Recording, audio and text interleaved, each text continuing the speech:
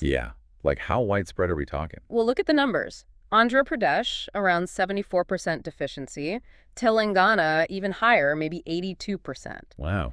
And even in eastern India, it's nearly 39%. So it's definitely not just one small area. Okay, so it's a nationwide kind of concern. Absolutely. And it's not just about vitamin D in isolation. It's increasingly linked to bigger health trends. Like what? Things like non-communicable diseases.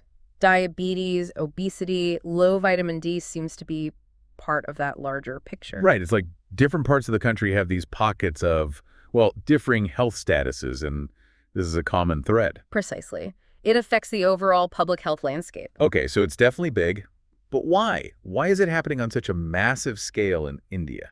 That's really the crucial question, isn't it? And there isn't just one single answer. It's a mix of factors. Such as? Well, think about modern life. More people in cities, more time spent indoors, right? Less sun exposure. Okay, that makes sense. Then there's pollution.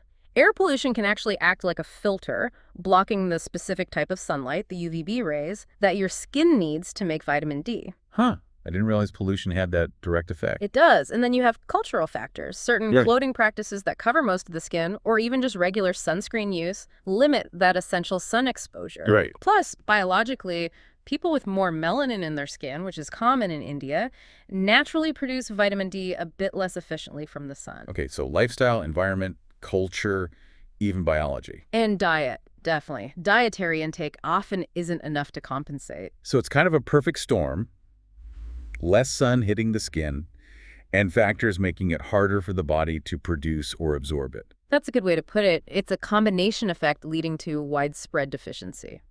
Now, most of us hear vitamin D and think strong bones. Is that the main thing students should worry about? Well, bone health is important, yes, but that's definitely not the whole story.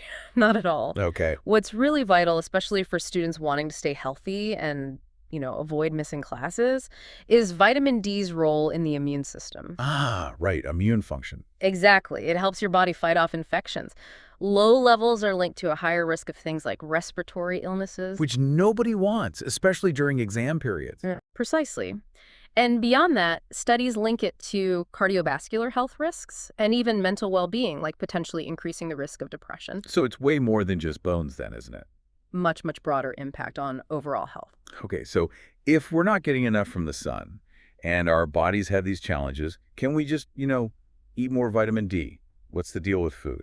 That's another challenge, particularly in the Indian context.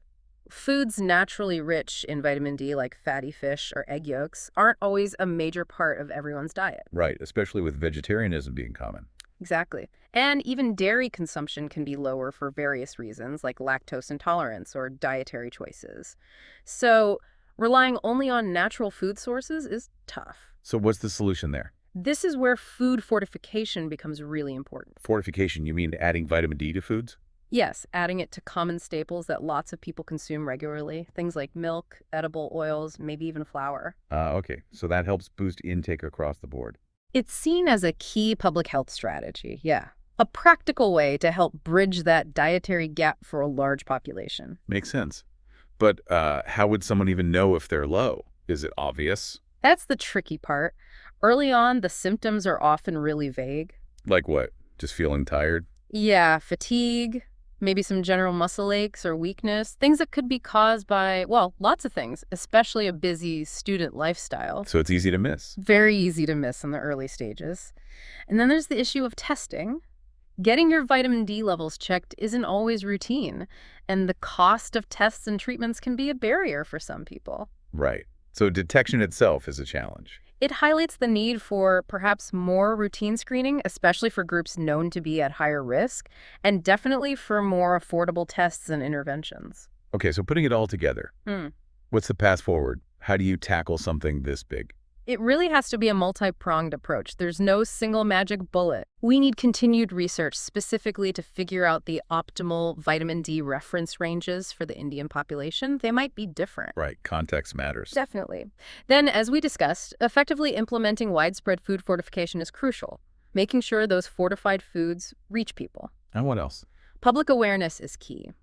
Educating people about, say, Sensible sun exposure, not burning, but getting some regular, safe sun time. Sensible sun exposure. Okay. And also about dietary sources, even fortified ones, and understanding when maybe supplementation might be needed, perhaps after talking with a doctor. So research, fortification, and public education all working together. Exactly. Those steps combined are really vital if we want to improve the overall health profile related to vitamin D in India. So the main takeaway here seems to be that vitamin D deficiency is, well, a really significant nationwide issue in India. Yeah. And its effects go way beyond just bone health, touching immunity, energy, maybe even mood. That sums it up well.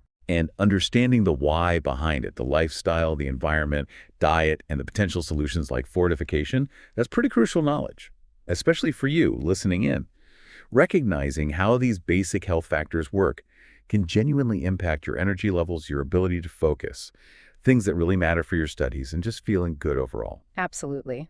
And considering this big picture, the scale of deficiency across the country, perhaps it leaves you with a question to ponder. What small adjustments, maybe in your daily routine or perhaps your diet, could be worth exploring for your own vitamin D levels?